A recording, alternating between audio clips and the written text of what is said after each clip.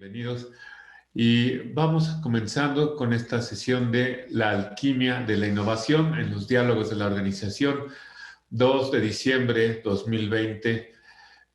Vaya, ya en el último mes de este año vamos a hablar un poquito de esta alquimia de la innovación.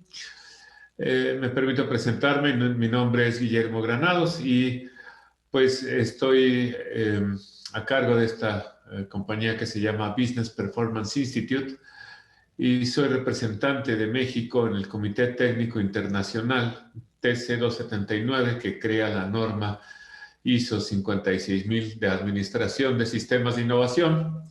Y también soy presidente del Comité Técnico de Normalización Nacional, CTNN10, en México, y he sido presidente del Comité Técnico del Premio Nacional de Tecnología e Innovación.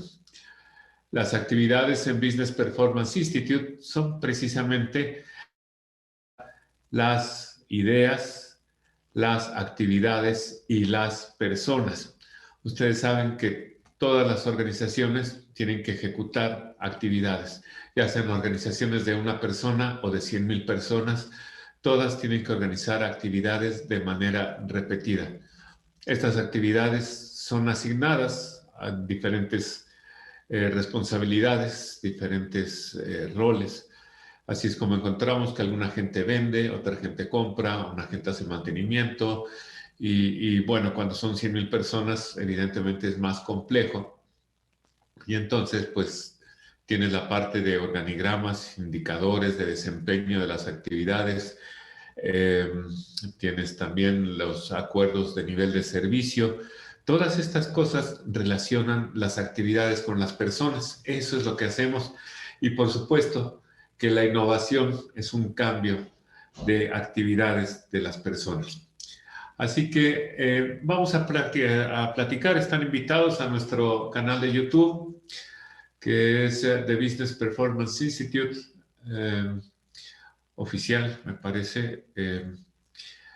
Y ahí están los videos de estas charlas y no dejen de visitar nuestra página. Les vamos a poner acá nuestra página que está al final en los contactos, pero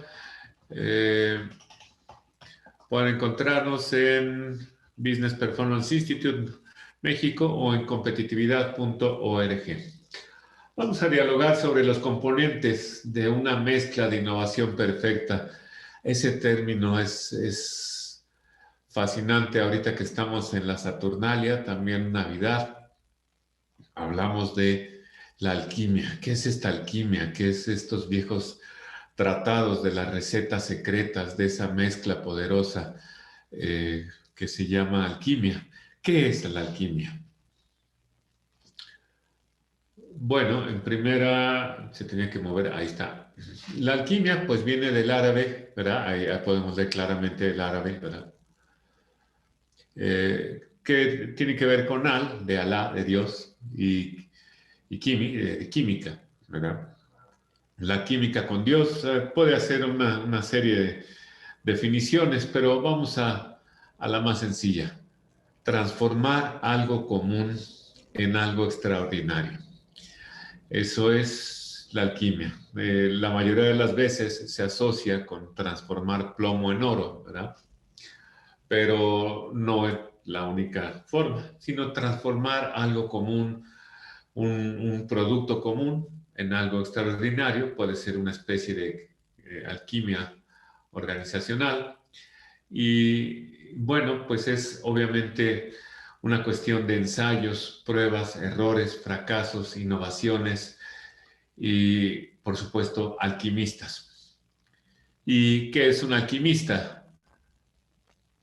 Un alquimista es, si está, ¿cómo se activa el, el Face Live? Sí, supuestamente está activado, ¿no? ¿O no está tan activado?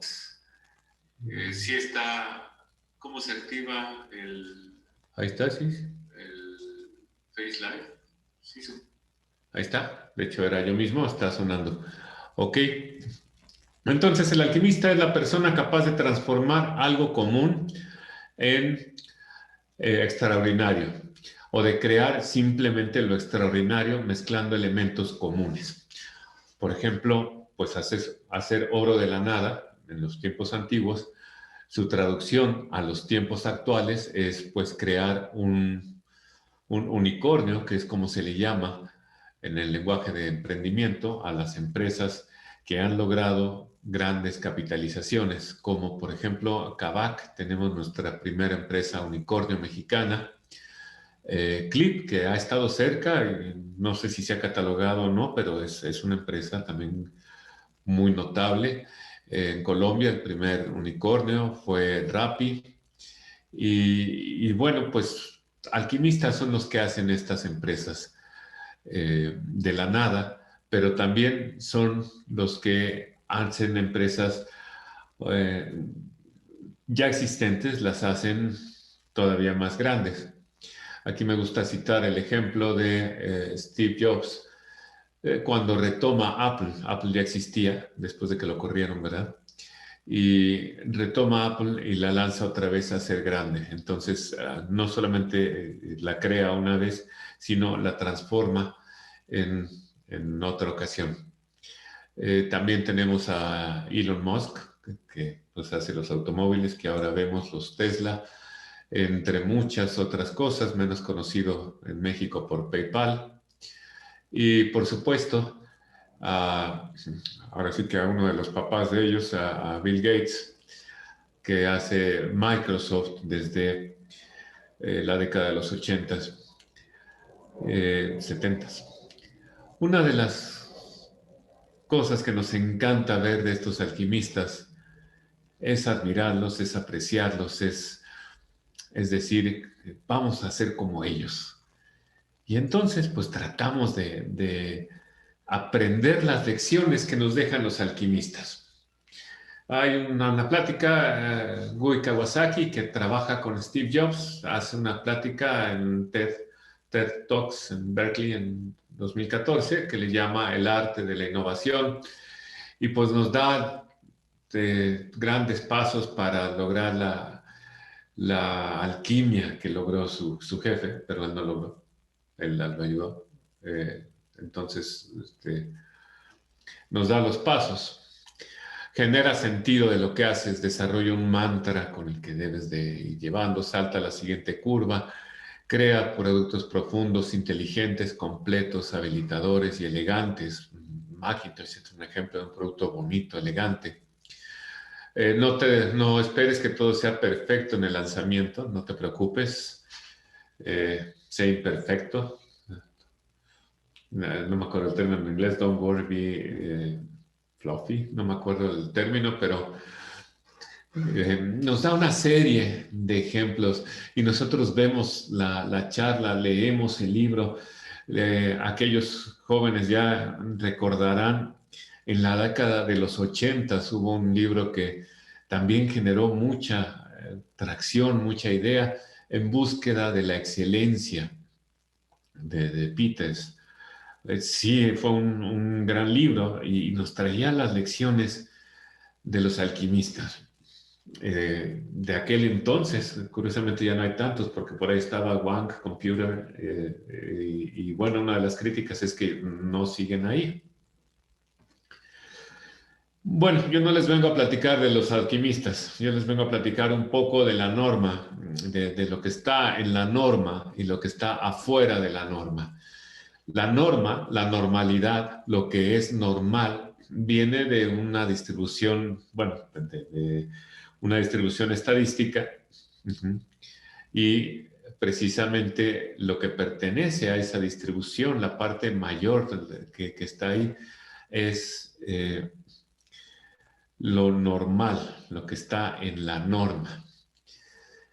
Los alquimistas son outliers, es lo que se sale de la norma. El método científico está basado en la hipótesis y después en la comprobación estadística y después en la tesis. Entonces es un poco contradictorio pensar que un outlier va a responder a lo que sucede en el grueso de la población. Y entonces nos puede llevar a una desorientación, una falacia, ¿sí? Por el respeto que le tenemos a estas personalidades y pensar que sus consejos son completamente aplicables a nosotros. De eso se trata la charla de hoy. Alguna vez le preguntan a un escultor, no estoy seguro si es Miguel Ángel, cómo se esculpe un elefante. Y entonces, pues él nos dice, simplemente tomas una piedra y le quitas lo que no se parezca a un elefante. Seguramente esta frase vino de parafrasear a Miguel Ángel, donde él la afirma al hacer su David catalogada, la mejor escultura de todos los tiempos, de 5 metros de alto, sin bosquejo, sin molde antiguo, o sea, se la aventó a capela, se dice. Y él contesta simplemente, había un ángel adentro del bloque de mármol y lo que hice fue liberarlo. Muy bien. ¿Por qué no nos ponemos todos a liberar ángeles de los moldes?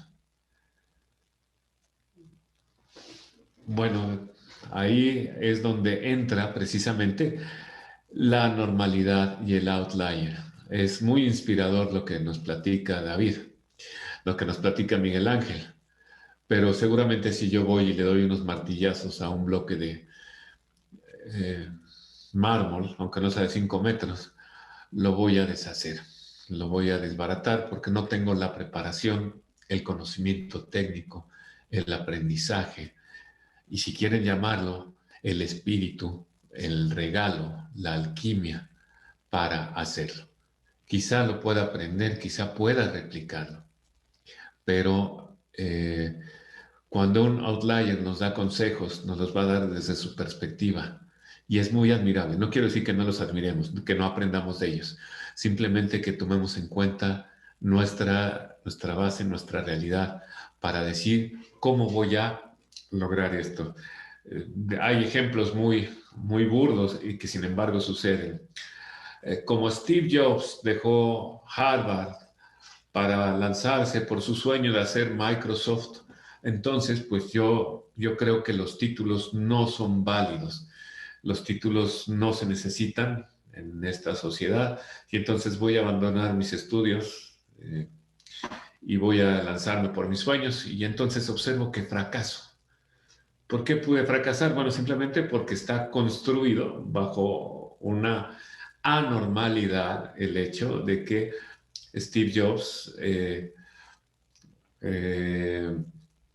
no es cualquier persona, no es una persona de la normalidad. Y segundo, sucedieron 10,000 cosas al lado de que dejara sus estudios en Harvard. Entre esas 10,000 cosas fue que ya estaba muy encarrerado en el desarrollo de una versión del lenguaje BASIC. Eh, ya tenía a su cliente, digamos, ya había un estado incipiente en la computación, él logró superar esto, entonces tuvo éxito. Así que si dejamos ahorita nuestros estudios, los que estén estudiando, no tengamos por sentado que es una causa de éxito. También sorprende cuando Elon Musk dice, pues yo no necesito estudiar. Sí, ciertamente de estas personas no tienen grados profesionales, pero eso no significa que carecer de un grado profesional te va a hacer inteligente. No, hay una falacia, hay que aprender a razonar. Si no tenemos, pues, esos regalos, esa posibilidad, ese empuje, falta Mark Zuckerberg también, entre muchos ejemplos, lo más posible es que hagamos un desastre en nuestras vidas y no hagamos el consejo de seguir el consejo, de seguir nuestro sueño. Mucho ojo, insisto, no quiero decir que sea malo el seguirlos. Quiere decir que tenemos que conocer nuestra realidad, nuestro entorno, nuestra normalidad. Y esto viene a colación porque, pues frecuentemente, en 20 años de estar en el Premio Nacional de Tecnología e Innovación, en 20 años de estar apoyando a las empresas desde programas de formación con el TEC de Monterrey, los diplomados en procesos, innovación, la parte de consultoría, empresas grandes, pequeñas. Me encuentro con organizaciones convencionales que dicen, bueno, suena muy bonito esos páginas, esas charlas motivacionales, pero sabes que yo estoy aquí embebido en mis actividades y eso no es para mí. Eh, una de las charlas que he tenido recientemente en la elaboración de un libro es que el empresario, y no solamente el mexicano, no se siente, promedio, el de la norma, no se siente con la capacidad de innovar. Siente que es algo que será para después que tenga mucho dinero, que será para después que ya haya solucionado la, la crisis de su empresa. Entonces ya podré innovar. Este, nada más falso que eso. Cuando hayas solucionado la crisis de tu empresa, tal vez ya la empresa no exista. ¿Qué sucede con estas organizaciones? ¿Qué sucede con esta empresa cuando lee los 14 puntos de Gui Kawasaki, cuando lee los 8 puntos de En busca de la excelencia, cuando lee, vaya, cualquiera de los puntos? Eh, puede aprender, puede tener mucha inspiración, pero nos falta esa guía de cómo comienzo. E incluso cuando ves la norma ISO 56000 de Administración de Sistemas de Innovación, seguimos con la misma pregunta. ¿Y cómo comienzo? ¿Cómo convierto este desorden que tienen muchas de las empresas que conocemos en algo productivo? Bueno, la respuesta es paso a paso, paso a paso y desde luego conociendo mi propia realidad y sabiendo que, por supuesto, debo tener un sueño, pero debo tener un camino para llegar a ello. Y de eso se trata la charla de hoy, de conocer cuál es nuestra principio, cuál es nuestra alquimia, cuáles nuestras capacidades. Para eso, como tenía hambre, y estaba creando una historia para escribir, eh, pues me acordé una vez que estaba en Holbox, en una isla en Mérida, donde está la pizza de langosta. Y bueno, ¿qué hace diferente a la pizza? ¿Qué hace diferente a Domino's? ¿Qué hace diferente a Papa Joe's? ¿Qué hace diferente al restaurante italiano que está en el barrio? ¿Qué es lo que hace diferente una pizza? ¿Cómo es posible que todavía pueda haber emporios millonarios de pizzas y de hamburguesas? ¿Qué es lo que hace diferente una pizza? Bueno,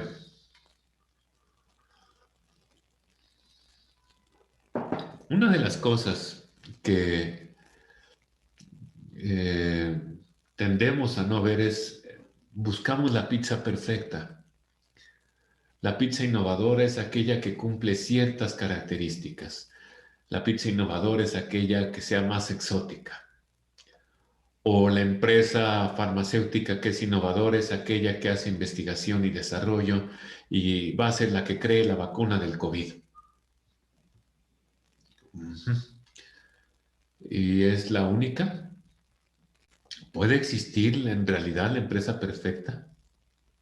Como alguna vez mencionamos, una farmacéutica como el doctor Simi no necesariamente es innovador, no necesariamente es bueno.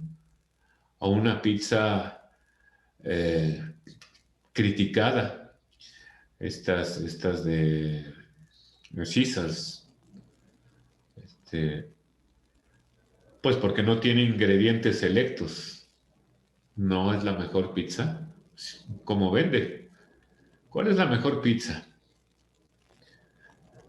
Pues no hay una mejor pizza como hemos adivinado, sino que hay diferentes matices, hay diferentes orientaciones de las pizzas para que yo pueda tener la necesidad, cubrir la necesidad. Si estoy en una junta y necesito dar de comer a mi gente, pues voy a llamar a una pizza que esté rápido y que tenga un gusto estándar. Si voy acaso a cenar, O si quiero yo hacer, deleitar a mis invitados, pues voy a hacer una pizza eh, a mi gusto, pero no significa que una sea perfecta y la otra no.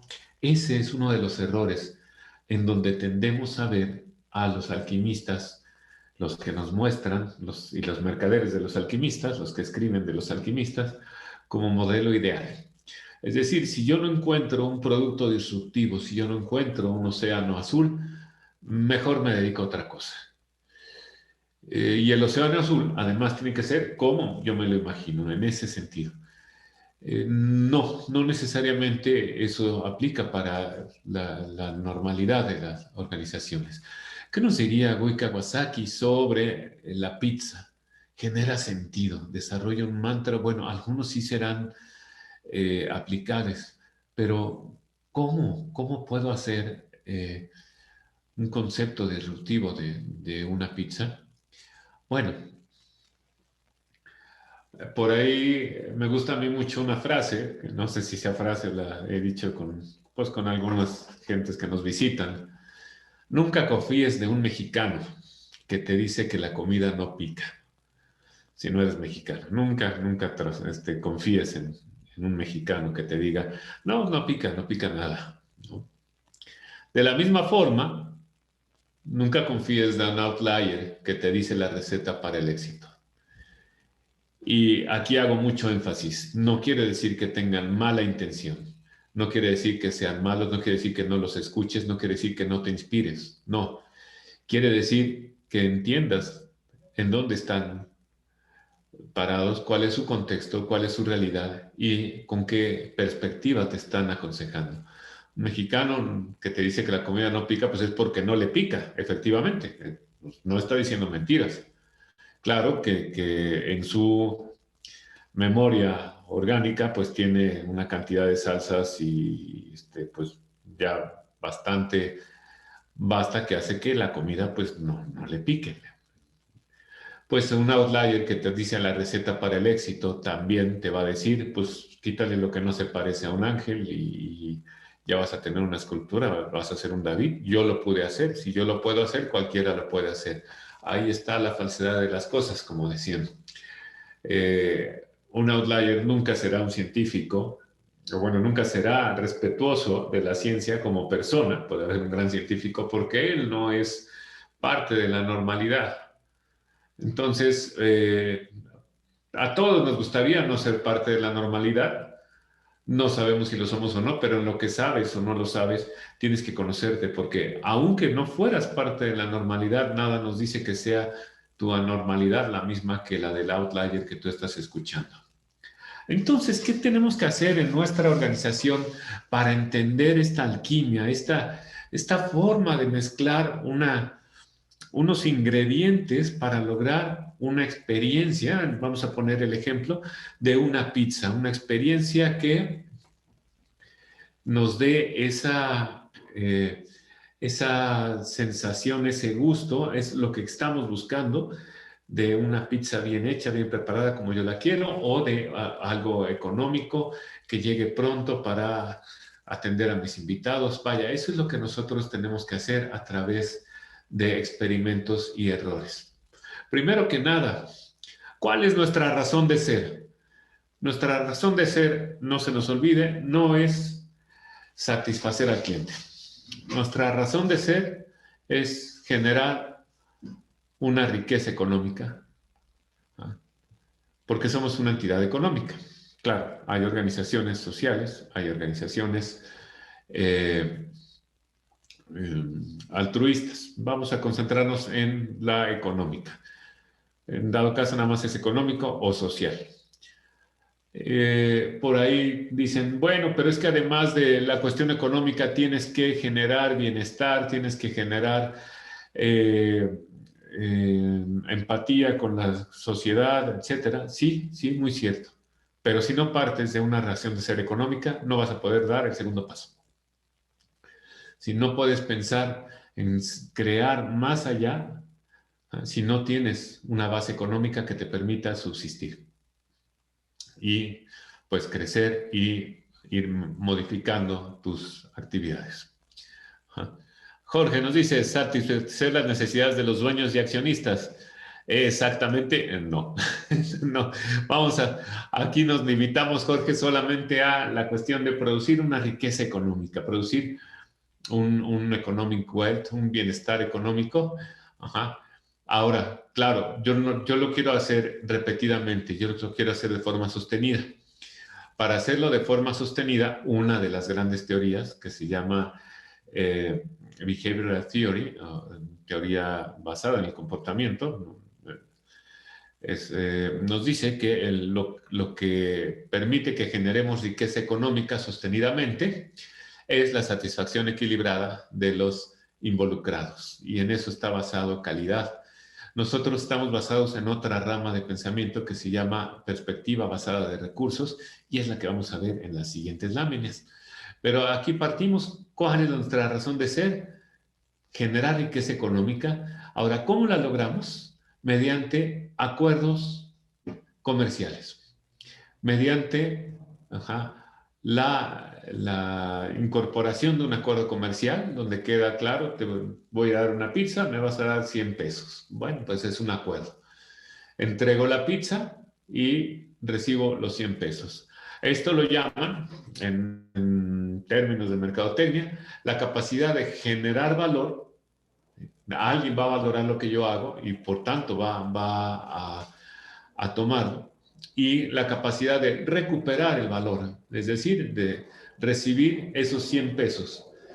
Por ejemplo, un ejemplo muy real de ahorita es que muchos restaurantes no les está alcanzando la capacidad de recuperar valor con los nuevos efectos de la pandemia, porque lo que llegan a recibir después de el costo de las plataformas y el costo del incentivo empresarial que tiene el gobierno para generando nuevos impuestos a las plataformas, pues ya les llega a quedar exactamente la mitad y no recuperan el valor suficiente para generar valor nuevamente. Entonces, bueno, ahí están algunos en una dinámica que necesitan encontrar. ¿Qué hago? Yo lo que necesito es tener esa capacidad de generar valor, pero de recuperar valor, lo cual me permita seguir operando, seguir generando valor para el cliente y recuperar valor. Y no solamente eso, mi función es más allá. Mi función es que además tengo que tener riqueza o valor, si quieren llamarlo en un término general, pero para mí, para el dueño. Yo necesito capitalizar, tener ese dueño y ese dinero y también poder dar dinero al negocio para que sigan dando. Todo esto es a través de un intercambio comercial. Entonces, aquí ya están entrando, pues además de los dueños, ya necesita haber un cliente que esté satisfecho, no solo que esté satisfecho, sino que pueda pagar y que pague, ¿verdad? Entonces yo recupere el valor y que yo tenga la capacidad de generar valor a ese cliente y ese valor que genero sea capaz para que él compre. Entonces aquí hay dos actores centrales. El primer actor son los clientes. Aquí ya empiezan los clientes, no quiere decir que no había que satisfacer las necesidades, pero van en este punto número 3. Los clientes comunes, ¿qué hacen?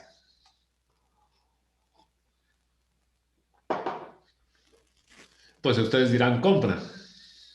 Bueno, no solamente compran. Los clientes comunes, primero, detectan que yo existo, me identifican, me solicitan un producto, me hacen un pedido. Ya sea por internet, ya sea en persona, ya sea a través de un distribuidor. Pero finalmente el cliente me identifica, el cliente me solicita un pedido. El cliente acepta una propuesta que yo le hago, si es propuesta, es un producto por diseño, o me acepta el producto que yo le doy. Y el cliente paga el, el producto. Estas son las acciones básicas. Ustedes me pueden decir, bueno, pero es que el cliente nos recomienda. Claro, sí, sí. Y el cliente también usa mi producto, claro, por supuesto. Y yo tengo que ver estas acciones, ¿en dónde se ven? Se ven en más compras, se ven en menos compras. Esos son los indicadores que me van a llegar. Hay una serie de acciones que hacen los clientes y esta serie de acciones son las que me interesa que lo hagan.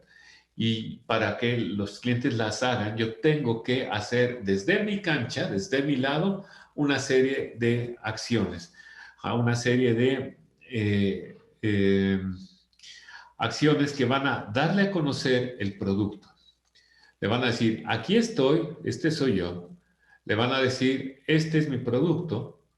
Le van a decir, bueno, una vez que el cliente lo hace una orden, ten el producto que me solicitaste.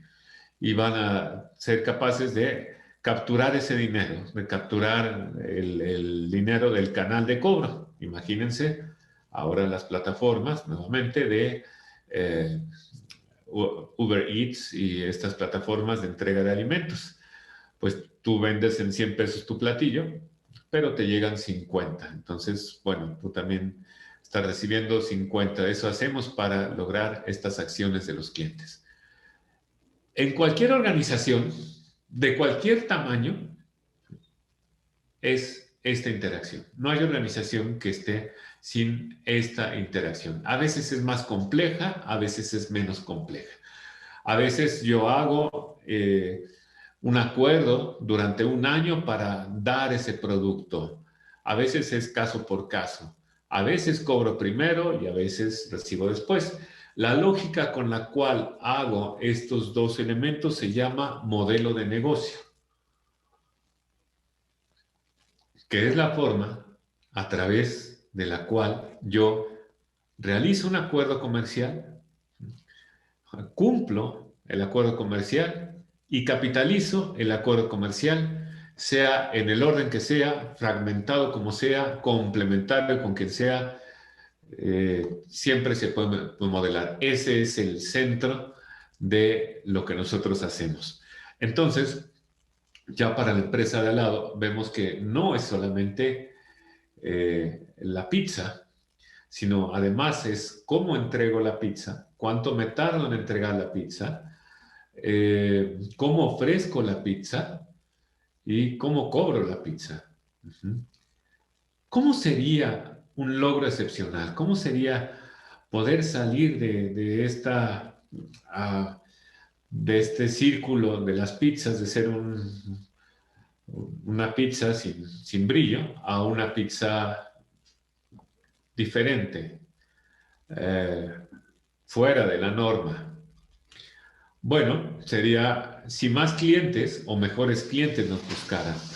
Si de pronto todo el mundo quisiera nuestras pizzas, como sucede con Little Caesars. ¿Por qué de pronto llega Little Caesars y se posiciona en el mercado? Bueno, simplemente porque la dio muy barata y es una pizza razonablemente buena y muy económica. Entonces, bueno, la salvación, más clientes nos buscan. No sé si mejores clientes, porque como es económica, pues solicitan más pizzas, solicitan que los lleven. Pero yo quiero lograr que más clientes nos busquen, que más clientes nos soliciten o que mejores clientes nos soliciten. Es decir, ya llegaron y además quieren comprar. El negocio, por cierto, este tipo al menos de Caesars, no es tanto la pizza, sino son todos los complementos que uno compra por pequeñas adiciones.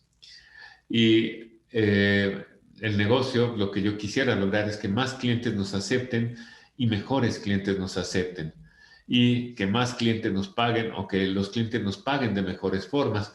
Por ejemplo, en los alimentos ahora en tiempos de la pandemia. Lo que queremos es recibir más del dinero que el cliente está desembolsando. Esto sería un logro excepcional y este sería el enfoque de gran parte de mi innovación. Queda lateral la innovación financiera. Eh, también lleva su propia rama de estudio. No la voy a poner acá por cuestiones de tiempo, pero esta es como que lo que nosotros buscamos en lograr en una innovación. ¿Sí? ¿Vamos bien? Cualquier cosa, comentario, por favor, no dejen de escribir. Ahora, ¿cómo lo logramos? ¿Cómo logramos lograr esta mezcla, esta combinación? Bueno, lo primero es, adivinamos, pues yo puedo prometerme hacer la mejor pizza, hacer la que sepa excepcionalmente. Sí, y eso está muy bien. Es una de las formas, pero hay muchas más formas. Eso es lo que quiero que veamos. Si yo voy con un alquimista ya conocido, si voy con Little Caesars, en donde me ponga el libro de cómo tuve éxito haciendo pizzas, me va a decir, pues encontré que la necesidad del cliente es una pizza barata, económica y estándar. Y entonces fue lo que le di. Ok, sí, está muy bien, pero no solamente es por el tipo de ingredientes, sino también, como Domino's lo hizo en su tiempo, por la entrega rápida. También puede ser por un cobro conveniente. También puede ser por variedad del menú, dependiendo de las pizzas que hay. Puede ser también por las promociones que yo haga. Y también, cada vez hay más apertura, adivinando lo que quiere el cliente, adivinando que el cliente los domingos se sienta a ver la tele y entonces es cuando quiere una pizza. Y es cuando yo pasaba por acá, no venía preparado, pero te ofrezco una pizza.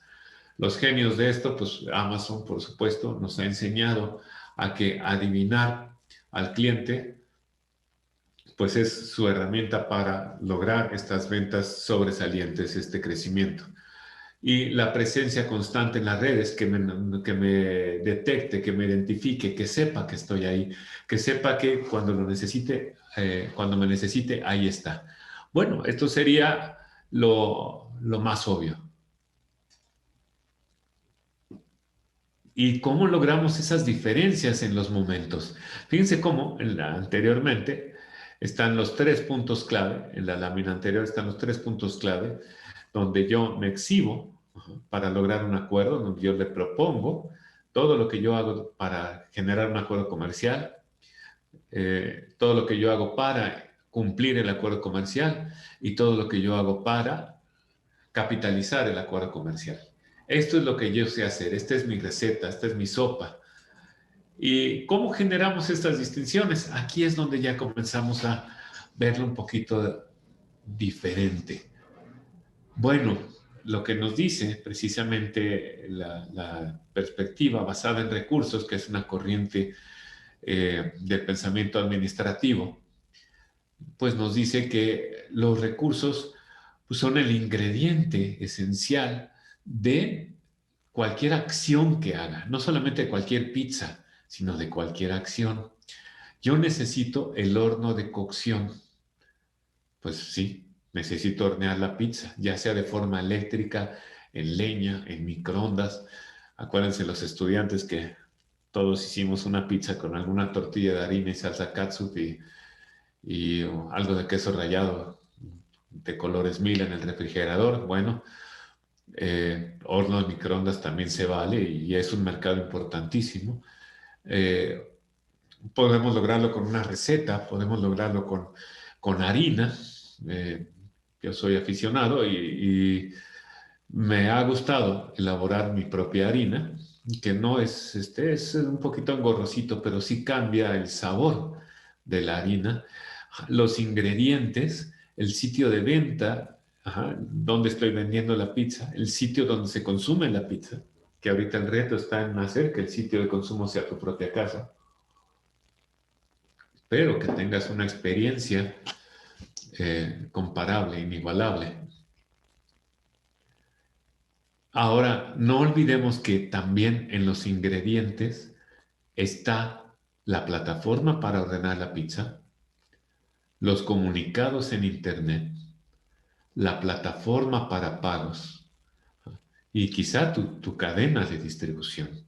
No olvidar que todos los recursos son mezclados en la elaboración, entrega pues orden de una pizza. Entonces es todo un conjunto de cosas donde la receta secreta puede estar en cualquiera de ellos, ¿sí? No todas las pizzas son cocinadas en horno de leña. No todas las pizzas son hechas con jitomatito natural. No todas las pizzas están hechas con queso, pero te la llevan a domicilio. No todas las pizzas se ordenan por internet. Toda esa mezcla es la que vamos nosotros a llegar. Hay una masa de coliflor en CPK. Eso le pareció buenísima idea. Mira, al menos cargo de conciencia. No las he visto, ¿eh? No sé qué sea, Ignacio. CPK, masa de coliflor. Bueno, pues a lo mejor no es mala idea. Pues le metes un poquito de garbanzo y también, pues no sé si ayude y se siente uno menos culpable, pero bueno, la cuestión es, ¿hasta dónde me puedo ir hacia atrás en esa cadena? Bueno, vamos antes a ver la alquimia. ¿En qué consiste la alquimia? ¿En qué consiste esta mezcla del alquimista, el que logra? Pues simplemente en la mezcla de ingredientes, la mezcla de lo que se tiene. Pero mucho ojo, aquí tenemos que ser capaces de ver todo lo que se tiene. Nos ha enseñado la administración clásica, muy seguida por Michael Porter, quienes hayan estudiado la cadena de valor, nos han enseñado que el material se transforma y la forma como lo transforma genera valor. Cierto, pero no es lo único que se transforma. La experiencia de la pizza no está hecha solamente de masa, está hecha de lugar, de plataforma electrónica, de datos, de adivinar qué es lo que necesitas. Está hecha de muchas más cosas. Ahí es donde tenemos que interpretar, que tamizar lo que nos dicen los alquimistas. Entonces, lo que se tiene, no nos vayamos con la idea inicial de que solamente se tiene material. No, se tiene toda una serie de recursos, toda una serie de cosas, una serie de recursos entre los cuales también podemos hablar de conocimiento y podemos hablar incluso de espíritu, podemos hablar de motivación y ganas, podemos hablar de todo lo que entra en esa olla, en ese perón del mago y lo que se obtiene, mezclando todo esto en el tiempo, en las proporciones exactas, es una forma diferente o bien de exhibir nuestra oferta, o bien de proponer el producto, o bien de entregar el producto, o bien de capitalizar el producto. Esto es lo que nosotros tenemos que tener en mente, puede ser una o varias. Entonces, la alquimia de la pizza es mucho más allá de solamente obtener una pizza. Es, insisto, el ambiente, la forma como la ofreces, la forma como la entregas, la forma como la cobras. Ajá. Eh, ya me explicó Ignacio Chávez, California Pizza Kitchen. Ok, sí son buenas, pero sí son bien culposas porque no sabes en qué momento te acabas la pizza tú solito y eso sí es un poquito tremendo. Y lo que se logra es, como habíamos dicho, solicitudes de clientes, aceptación, pagos completos. Fíjense cómo, cuando hablamos del planteamiento estratégico en las láminas anteriores, partimos de lo que se logra y llegamos a lo que se tiene. Y la alquimia, la innovación, vamos a llamarle para que vayamos tomando más sentido, es justamente partir de los recursos a lograr. Partir de estos recursos, de tener la receta secreta, de tener la aplicación mágica, de tener la exhibición en tu computadora en el momento en el que sé que se te antoja una pizza. Y parte de aquí, que yo lo tengo que lograr, que aterrizar, que desplegar en alguna de estas actividades y lo tengo que lograr aquí. Entonces, ahora sí, los expertos sobre competitividad, los académicos, los estudiosos, en esta teoría que le decía Javier, que se llama perspectiva basada en recursos, Resource-Based View, una autora, un economista, Edith Penrose, lo lleva hace ya varias décadas, en el siglo pasado, y después toda una serie de estudiosos hemos estado ahí en esta en esta corriente de pensamiento. El Premio Nacional de Tecnología e Innovación está basado en esto, ISO 56000 está basado en esta parte, y el principio es muy sencillo. Tener una mezcla de elementos, de recursos que nadie o muy pocos tengan. Claro, y saberla combinar. Que yo tenga, como le decía, ¿qué necesito para exhibir mi oferta a la persona adecuada en el momento adecuado? Pues necesito tener información. Necesito tener información de qué hace esta persona, de quién es, de cuánto gasta, de qué le gusta la pizza. Y esa información evidentemente cuesta. ¿Qué necesito para entregar una pizza de rechupete? Ah, pues necesito material y necesito una infraestructura, pan de horno a la leña, y necesito los procesos que me permitan llegar a entregar el producto. O sea, ¿qué pasa cuando yo tengo algo que los demás no tienen? Por ejemplo, aquí en México tenemos la Casa de Toño, que tiene procesos sin necesidad de grandes computadoras, procesos de atención a la gente que a todo el mundo nos sorprende, ver cómo puede circular las personas, cómo pueden ir y cómo los meseros pues siempre están atentos. Es un logro muy, muy bueno en estos procesos. Puedes tener certificaciones, licencias, lo que nadie o muy pocos tengan va a ser la base de tu competitividad. Y por supuesto, ¿cuál es la forma de lograr lo que nadie o muy pocos tengan? La forma obvia es que si está en el mercado, pues entonces muchos la pueden tener. Si yo hago mis pizzas con salsa Prego, bueno, pues entonces seguramente pues el vecino la va a hacer con salsa Prego. Entonces, ¿qué tal si yo hago mejor mi propia salsa? Si yo utilizo una plataforma de software que todo el mundo, bueno, que está disponible comercialmente, pues entonces los competidores la van a poder tener. ¿Qué tal si hago mi propia plataforma de software? Si yo tengo un componente electrónico que está en el mercado, pues también todos los demás pueden tener. ¿Qué pasa si yo hago mi propio componente electrónico? O firmo una exclusiva, o logro la forma en que solamente yo lo tenga. Entonces ya hablamos de esta competitividad, de ahí los derechos de autor, de ahí hemos visto grandes peleas entre Apple y Samsung por violación de derechos de autor, porque yo quise proteger algo que yo desarrollé y que tú me puedes copiar, pero las leyes están para protegerme, y entonces pues lo registro y lo hago una patente. La patente no es un recurso, es un mecanismo de protección de un recurso. Lo que utilizo es el recurso, lo que utilizo es el diseño, el proceso de fabricación. Eso es lo que yo utilizo. La gran pregunta es entonces hacer o comprar. Y bueno, pues desde luego diremos los que son románticos, pues hay que hacer todo. Y pues mucho cuidado, ¿no? ¿Qué significa hacer todo?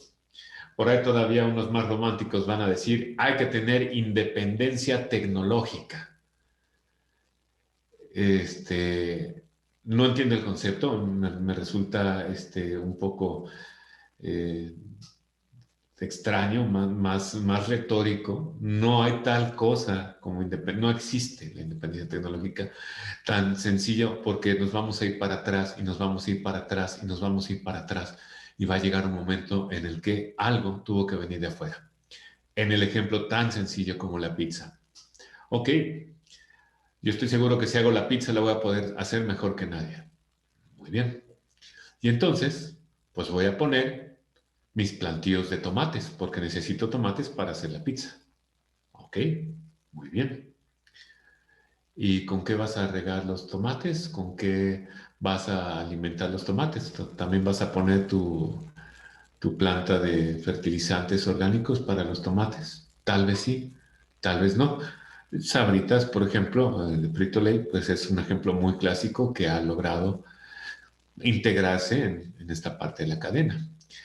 Y entonces dirán, bueno, si Sabritas lo hace, ¿por qué yo no? Porque no tienes el dinero de Sabritas, tan fácil como eso.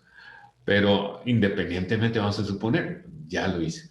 Y ahora, ¿qué sucede con la bolsa de plástico? También vas a buscar que la bolsa de plástico o el empaque no lo tenga nadie y lo vas a desarrollar. Y entonces vas a crear una infraestructura de empaques de plástico. En algún momento tienes que basarte en tecnologías disponibles comercialmente.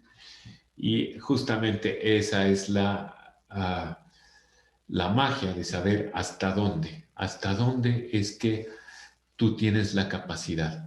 Michael Porter, un autor importante de Harvard precisamente, lanza en 1984 su libro Ventaja Competitiva, todavía lo encuentran por ahí, y en este nos habla de un concepto que viene hasta ahorita, nos habla de la cadena de valor.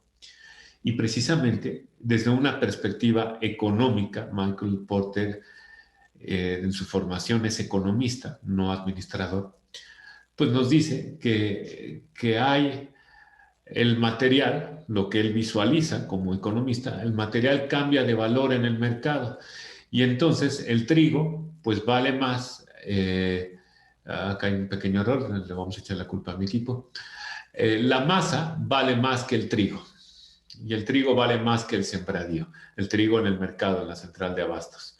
Entonces hay un paso en la cadena de valor para que la masa vale más que sus componentes. Muy bien, pero la salsa de tomate pues también vale más que el tomate y vale más que las hierbas. Y el tomate pues viene del sembradío. Y el queso pues viene de la leche y la leche nos la da la vaca. Bueno, resulta que si yo hago esta descomposición para cualquier producto, cualquiera, por más sencillo que quieran ponerlo, voy a obtener no un árbol como aquí, sino voy a obtener una red.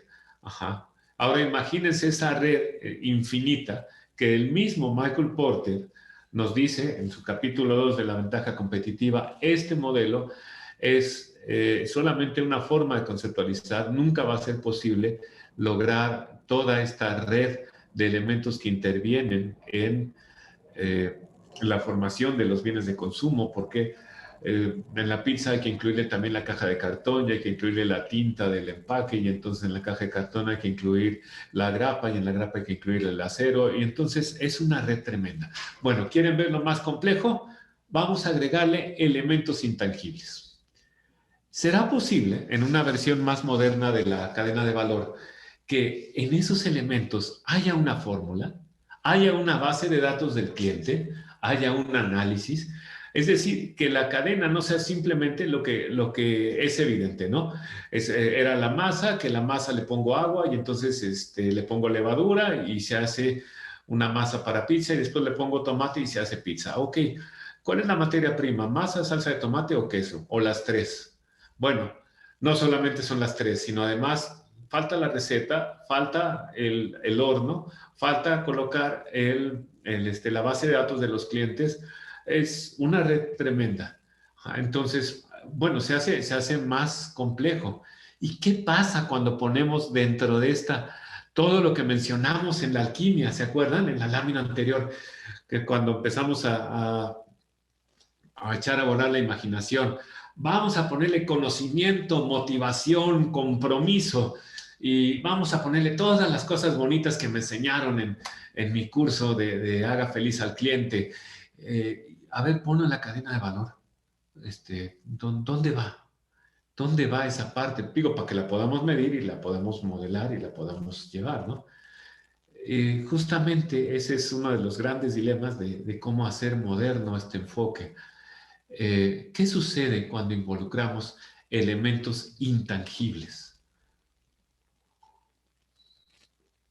Bueno, hay una forma, hay una solución muy fácil que le llamamos en propiedad intelectual formas propietables. Esto lo encontraremos en la norma ISO 56005 de Administración del Acervo Intelectual. Las formas propietables son precisamente, dado que es muy difícil ver cosas que suceden, como la motivación, como la recomendación, como el ímpetu, es muy difícil de verlo. Lo que sucede naturalmente es que lo vemos en algo tangible y lo que se convierte en tangible es algo que yo puedo ser dueño. Yo puedo ser dueño de una fórmula de un medicamento que yo desarrollé, ¿sí? Y tan puedo ser dueño que la puedo patentar. Y eso es completamente intangible porque la fórmula del medicamento no es el medicamento, es una fórmula. Yo puedo ser dueño de un método de fabricación. Y también tan puedo ser dueño que lo fabrico y lo coloco lo protejo. También es patentable. Eh, y bueno, ahí ya puedo hablar de una forma propietable. Y ese es un gran paso. Cuando hablamos de formas propietables, ya estamos a un pasito de hablar de tecnología organizacional. Ya hablamos de algo que si es propietable, es transferible. Y si es transferible, es también desarrollable. Y desarrollable no solamente yo, sino desarrollable con una alianza. Por ejemplo, un molde, cuando hago un molde y llamo al CIATECU para que me ayude a hacer un molde de fabricación, bueno, el entregable está muy claro, pero también puedo pedir que me ayude a hacer una fórmula de un nuevo compuesto. Bueno, pues esa es una receta, también es algo entregable, propietable, registrable. La historia es que justamente estas formas propietables, la computadora que estamos en este momento viendo, la tableta que ustedes tienen, no es tecnología, sino es una forma propietable de toda una serie de desarrollos que han habido. Vean su propia computadora, la que tienen ahí enfrente. ¿Tecnología de qué? Bueno, pues por un lado, claro, está la tableta madre, la tarjeta madre, el motherboard, pero también está la pantalla, también está el teclado, también están los materiales con que fue hecho, está el diseño, la arquitectura de la computadora, todas ellas son formas propietables y a la vez podemos llamarlos que son tecnologías. Cuando hablamos de tecnología, de un dispositivo, es porque ahí yo puedo comprar y vender la computadora, pero el proceso por el cual se obtuvo la computadora, pues ese es difícil de verlo, es difícil de tangibilizarlo pues bueno, la única forma que hay que hacerlo es a través de este dispositivo. Igual sucede con una base de datos de clientes. ¿Cuánto vale la base de datos de clientes? ¿Por qué la venden? Bueno, todo el proceso que me llevó a juntar la base de datos del cliente, pues no lo digo, sino que tengo la base de datos del cliente y eso es lo que vendo. Igual un sistema informático, una formulación, un dispositivo. ¿Sí? Bueno, cuando hablamos de la forma propietable, ya podemos empezar a entender esto de la innovación. La forma propietable también es algo que yo realizo, que yo puedo desarrollar propiamente, puedo hacer mi propio software y llegar a esta forma al código, ¿sí? O yo lo puedo comprar en la tienda, o yo lo puedo desarrollar. Esta forma propietable es la base de mi recurso distintivo. Por ejemplo, la receta secreta. Pues yo tengo mi receta secreta del pollo Kentucky, o mi receta secreta de la Coca-Cola. Y entonces ya tengo el recurso distintivo, el proceso de elaboración. Porque los materiales pues, no son tan distintivos, son comprados en cualquier sitio. Y después ya soy capaz de organizar todo esto y presentarlo al cliente y lograr un efecto en los clientes y lograr la utilidad que yo quiero. Pero vean cómo la innovación comienza con esta forma propietable. Esta forma propietable se llama tecnología base cuando cumple ciertas características. Y es que precisamente pues sea diferenciada, tenga algo de exclusividad. Vamos a hablar de esta forma propietable. ¿Cómo se puede obtener una forma propietable? Bueno, yo la puedo comprar. Compré esta computadora para poder dar webinar. Entonces, bueno, la compré y el que vaya a la tienda y deposite la misma cantidad de dinero va a poder tener una computadora igual. Bueno, pues se compra la forma propietable. Se hace una transferencia, también puede haber aquí licenciamiento. Hay una transferencia de una forma de hacer las cosas, de un proceso industrial a que lo haga yo. Y desde luego está la parte de desarrollarlo yo solito o también de co-desarrollarlo. Y esta es una parte interesantísima donde las empresas nos estamos adentrando un poquito en estos tiempos de pandemia y estamos hablando de co-desarrollos, de colaborar varias empresas en lograr un proyecto, en lograr una presencia al cliente.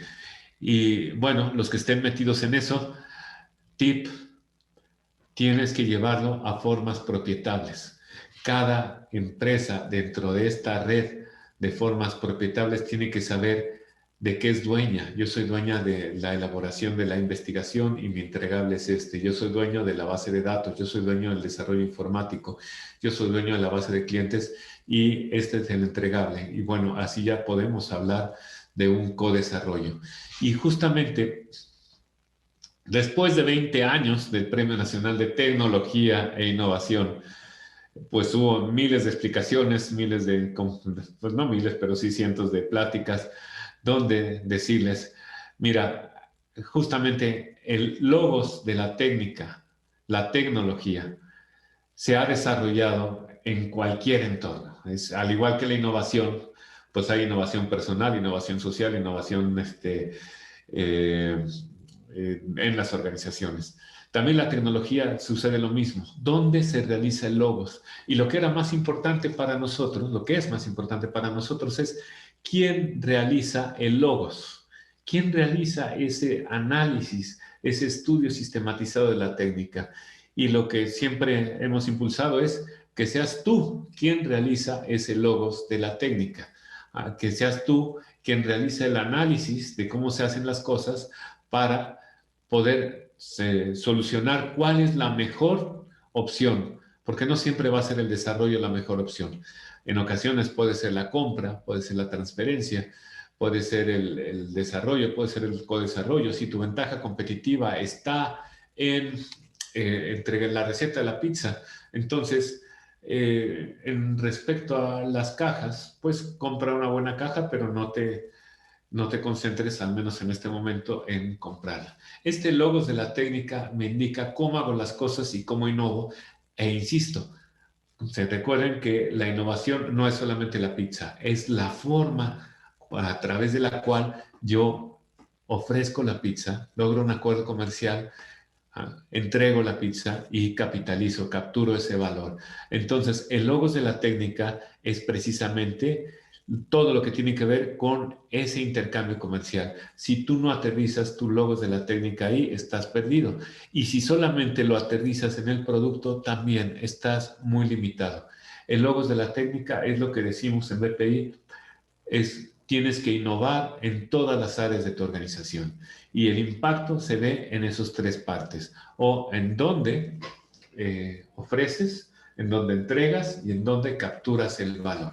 Cualquier comentario, por favor, adelante. Vamos a la recta final. Bueno, y entonces, ¿qué hacemos? ¿Qué queremos lograr? ¿Para qué estamos aquí, no? Lo que la mayoría de nosotros queremos lograr es más dinero, o recuperar el flujo de efectivo que había, pues tiene que ver con la parte del dinero. ¿Cómo lo logramos? Bueno, pues no solamente es innovando en productos, sino lo que tenemos que lograr es ese cambio extraordinario que queremos que hagan nuestros clientes. Este es el resumen. ¿Qué queremos que hagan? Recordemos las láminas anteriores. Queremos que más clientes lleguen o que mejores clientes lleguen. Queremos que más clientes nos soliciten o que mejores clientes nos soliciten. Queremos que más clientes paguen o que mejores clientes nos paguen. Esto es lo que nosotros queremos lograr. ¿Y qué hacemos para lograr? Nos estamos acercando con ellos a través de la vía remota, estamos cumpliendo incluso a través de la vía remota y estamos cobrando, estamos siendo parte del cliente, estamos llevando la experiencia a su lugar de residencia, a su espacio virtual. Ahí es donde quiero llevar la experiencia de mi producto o servicio. Y entonces, si queremos hablar de innovaciones, ¿qué tendremos que nadie más tiene? ¿Qué es lo que puedo? ¿Qué es lo que aspiro a tener que los demás no tengan? La fórmula. Aquí si quieren, inspírense un poco en la parte de los alquimistas. ¿Qué es lo que tenía? Bueno, hagamos la pregunta correcta. ¿Qué es lo que tenía Steve Jobs que nadie más tiene? Bueno, ahora yo, en mi realidad, ¿qué es lo que tengo que nadie más tiene? ¿Qué es lo que sé hacer? A lo mejor tengo mi red de contactos. A lo mejor no tengo nada que nadie más tiene. Bueno, ¿qué tengo que pocos tienen? ¿Qué es lo que puedo capitalizar? ¿Qué es lo que puedo hacer? Y bueno, ahí va desde la receta de los guisos que hago, o soy muy bueno en las relaciones, o yo sé lo que los demás quieren y voy a comercializar, les voy a llevar quesos a sus hogares. Bueno, está muy bien, está perfecto, es perfectamente válido, pero ¿qué es lo que tienes que nadie más tiene? ¿Qué es lo que te vas a especializar? Tú vas a saber qué es lo que quieren las personas, dónde está ese que tenemos que los demás tienen. ¿Y por qué nadie más lo tiene? ¿Por qué no se le ha ocurrido? ¿En qué momento va a tenerlo? ¿En qué momento va a lograrlo? Estas son las preguntas que nos llevan a plantear ese inicio de la alquimia. ¿Cuál va a ser mi receta secreta? Ya que lo logre, puedo pensar en cómo puedo hacer para que nadie más lo tenga. Voy a hacer un acuerdo de patente, ¿cómo voy a hacer para que nadie más tenga la masa de coliflor de California Pizza Chicken? Bueno, no sé qué tanta penetración tenga, pero justamente, ¿cómo puedo hacer que nadie más la tenga? ¿Cómo la puedo proteger? Y el siguiente, que es cuando ya entramos a administración de un sistema de innovación, ¿cómo puedo permanecer vigente? Porque lo nuevo siempre va a seguir siendo nuevo. Entonces, en resumen, son precisamente estos los pasos. Todo el mundo queremos que nos compren más clientes, todo el mundo queremos que nos paguen más, pero los que llegan al punto 5 es donde ya podemos hablar de nuestra propia alquimia, nuestra propia innovación pequeña, grande, pero finalmente es donde podemos mantenernos en el mercado. ¿Sí vamos bien? Comentarios, por favor. Y la conclusión, hay dos conclusiones. El primero, lo que diferencia innovación tecnológica de innovación es ese componente que se llama tecnología base, que les había platicado.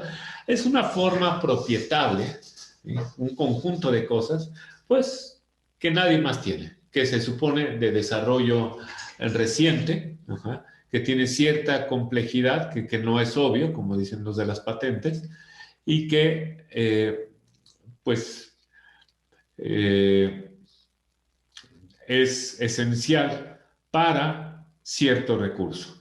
Por ejemplo, es esencial para formar algún material, es esencial, ahorita que está de moda la vacuna del COVID, la tecnología base, ¿cuál es? Pues la formulación o el proceso de fabricación, esa es la tecnología base. Hay una fórmula, creo que la de Moderna, que necesita menos 20 grados centígrados.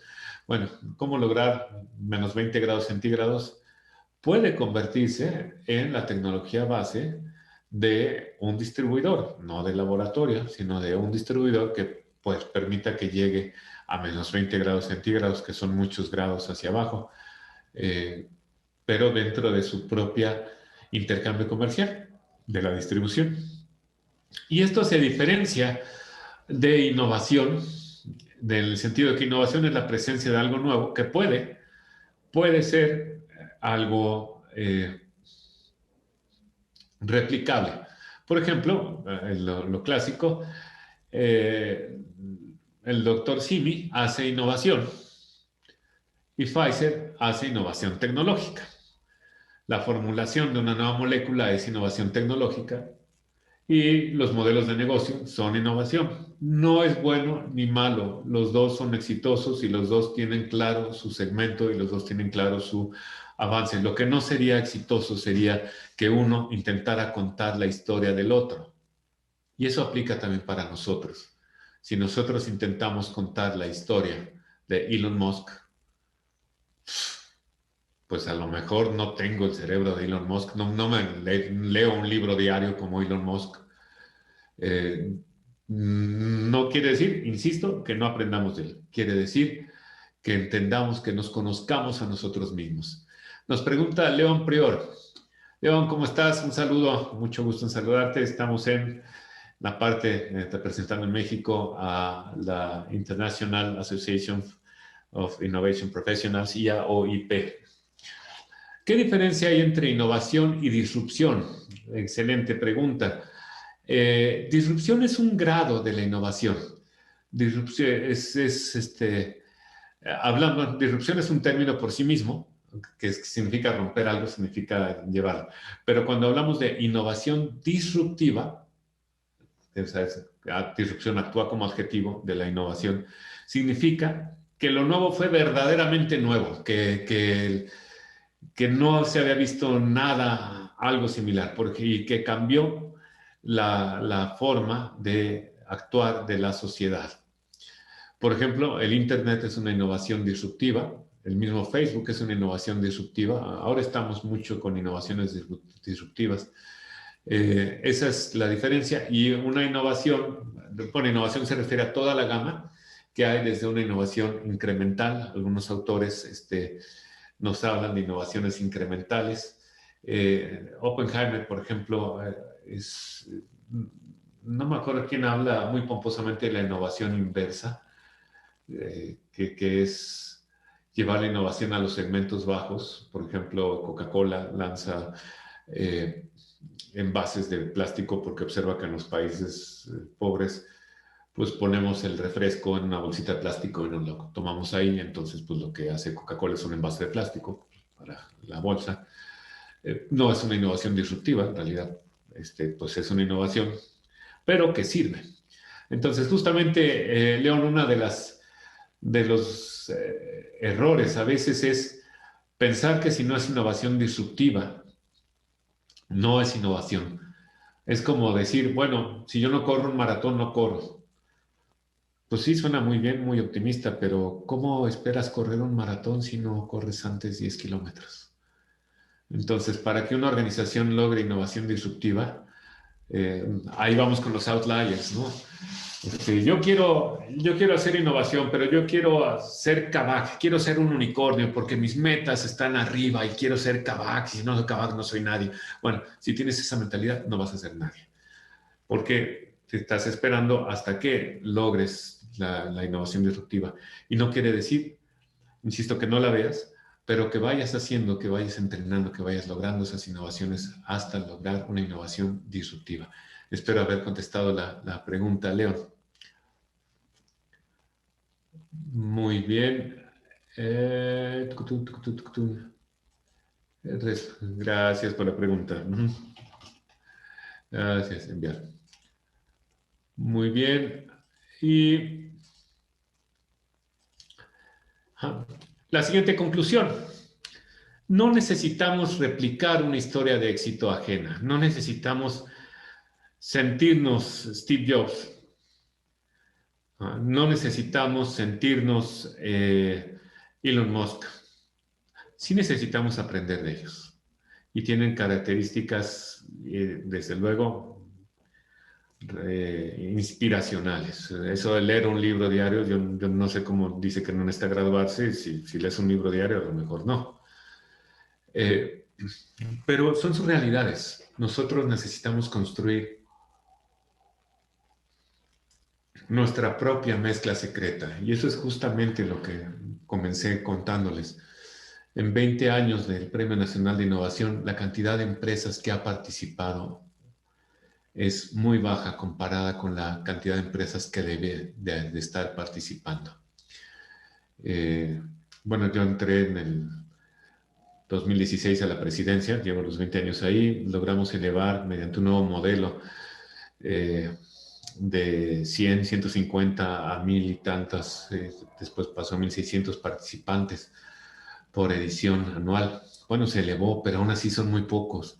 ¿Y por qué son muy pocos? Porque la empresa no es que no quiera innovar, es que no se cree capaz de innovar, no se siente con esa capacidad de decir, yo puedo innovar, aunque sea una innovación pequeñita, no tiene que ser disruptiva, usando el término, por nada, León.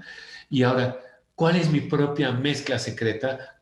¿Qué me llevo para, ahora sí, qué me llevo de esta charla para practicar ya mismo? Primero, la siguiente pregunta. ¿Cuál es la forma propietable de tu distintivo, de tu receta secreta? ¿Qué es lo que tú tienes que muy pocos tienes? Que muy pocos tienen. ¿Un método?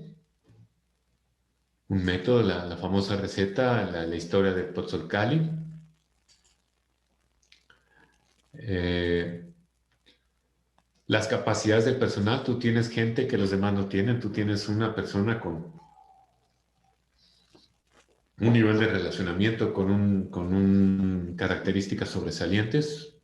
Si tú eres una persona con características sobresalientes, tienes información que nadie más tiene, tienes certificaciones. ¿Qué es lo que tienes que nadie más tiene? Y llévalo una forma propietable. Una forma propietable no quiere decir que vayas y lo patentes. Si quieres, hazlo, ¿no? Pero quiere decir que lo entiendas como algo tangible. Si es un proceso, ¿cómo lo ves como un proceso? ¿Sabes qué es lo que no cae aquí? Y tienes que hacer el ejercicio. Cuando hablas es que tenemos mucha motivación. Ese es nuestro receta secreta. Bueno, ¿en dónde se ve la motivación? Ah, lo que pasa es que la gente es muy productiva. Ah, entonces ya tienes dónde se ve eso. Tu método de producción, tu forma de qué hacer tu mezcla es muy elevada. Cuando hablas de que tienes mucha experiencia, bueno, ¿dónde se ve esa experiencia? Sobre todo entre más institucional seas, los procesos, cómo se ven los procesos. Recientemente tuve una discusión con un colega que me decía, los procesos no son activos, ¿no? Entonces, ¿qué son? Si gorditas Doña Tota se venden 120 millones de pesos o de dólares, no me acuerdo, hace unos años, pues lo compra Oxxo. Y de ahí los activos, porque como saben, las gorditas, pues están en plazas comerciales, los locales son rentados, lo único que tienen es la utilería. Pues se calcula que se pagó por lo intangible 80 millones de- de pesos o de dólares. Se me fue ahorita la cantidad, la unidad monetaria. Bueno, todo eso, esos son procesos. Quien diga que los procesos no valen y que no son recursos, no ha trabajado en procesos, ¿no? Los materiales que utilizan, los algoritmos. Entonces, eh, lo que me interesa que nos llevemos un metamétodo. Exactamente, Jorge, ¿cómo estás? Buenas tardes. Sí, sí, un método. ¿Qué es lo que te hace distintivo? Un metamétodo. Lo que nos hace distintivos en BPI, por ejemplo, es la forma de hacer la arquitectura de cada empresa. Esa es nuestra receta secreta. Si bien yo lo hice como tesis doctoral, pues no sería nada sin el equipo que me ha ayudado a bajarlo estos 15 años y lo hemos aterrizado en cómo hacer procesos, cómo hacer indicadores, cómo hacer descripciones de puesto, cómo hacer innovación, todo en una misma arquitectura. Fíjense cómo la arquitectura pues, es un documento, pues es un concepto, claro, y ese concepto, el chiste es saberlo aterrizar, saberlo llevar a algo. Entonces, esta es la conclusión, esto es lo que les quería decir y queremos ver que lo apliques. Comentarios, por favor, ya sea ahora, por correo. Platíquenos de qué están haciendo con sus organizaciones. Es tiempo de que todos veamos la normalidad y veamos que esto sigue funcionando. ¿Ah? Nosotros con todo gusto te ayudamos a construir tu estrategia ganadora de acuerdo a tus objetivos, capacidades y necesidades. ¿Sí? ¿Qué es lo que hacemos con esta receta secreta? Pues hacemos un diagnóstico de virtualización, te ayudamos a reinventar tu negocio, te ayudamos a optimizar tu negocio, te ayudamos a hacer sistemas de gobernanza, de environment, ethics, sustainability y Governance ESG, que le llaman, y también en los sistemas de gobernanza, por supuesto que están las certificaciones ISO 9001 y 56001, ya ahora habrá 56001, ahorita 56002, de administración de sistemas de innovación. Y desde luego, todo esto cabe en realidad en el diseño operativo, que es esta arquitectura, es esta cuál es la forma óptima de distribuir tus responsabilidades, tus personas. Jorge, muchas gracias. Gracias, Jorge, qué gentil comentario, te agradezco mucho. Eh, pues bueno, iniciamos nuestro diplomado en escalamiento de aceleración mediante la gestión de la innovación y la transferencia de tecnología el 1 de febrero 2021. Con todo gusto están los datos con nosotros y sigamos en contacto, sigamos pues avanzando, haciendo nuestras propias recetas secretas y buscando esta solución. Bueno, cuídense mucho y que tengan un bonito miércoles y una buena semana. Nos vemos el siguiente miércoles a las 17 horas. Hasta luego.